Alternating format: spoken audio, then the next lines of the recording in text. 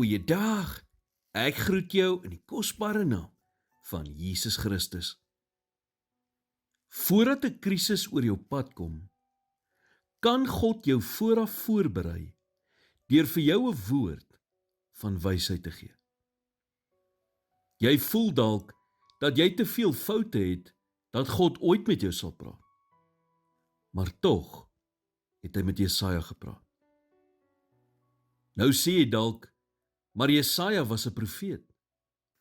Ja, maar onthou jy voor God hom die eerste keer geroep het in vers 8, het hy gesê in Jesaja 6 vers 5, Wee my, ek is verlore, want ek is 'n man onrein van lippe en woon onder 'n volk wat onrein van lippe is.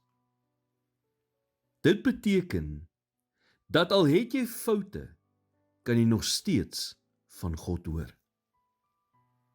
Was jy al ooit in 'n vertrek wat iemand iets gesê het wat dadelik jou aandag getrek het? Soos 'n lig wat aangaan, is jou gedagtes verhelder. Hoekom? Omdat dit wat jy gehoor het, woorde van wysheid was. God sal jou nie net insig gee vir jou eie lewe nie. Hy sal jou ook wysheid gee om met ander te deel. En as jy nederig genoeg is om nie elke gesprek te oorheers nie, sal hy ook met jou deur ander praat. Dink daaraan. God het nie die heelal baksteen vir baksteen geskep nie. Nee, hy het dit in 'n enkele sin tot stand gebring. Kan jy jou dus die moontlikhede voorstel wanneer hy jou woord van wysheid sou gee? Maar eers moet jy leer om sy stem te herken. En dit vat tyd. Die eerste paar keer wat God met Samuel gepraat het, het hy gedink dit was Eli, die hoofpriester, wat met hom praat. Maar hy het aangehou luister. En uiteindelik het hy God se stem vir die hele volk geword.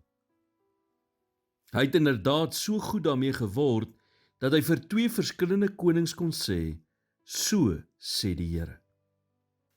Die punt is, jy moet van God wil hoor. Tyd neem om van hom te hoor, en jou inoefen om te luister, totdat jy vertroud raak met sy stem. Here, ek kom vandag na U toe, en vra vir 'n oop hart en gemoed. Ek wil nie op my eie insig staat maak nie. Vul my met U wysheid en maak my sensitief vir U stem. In Jesus naam bid ek dit.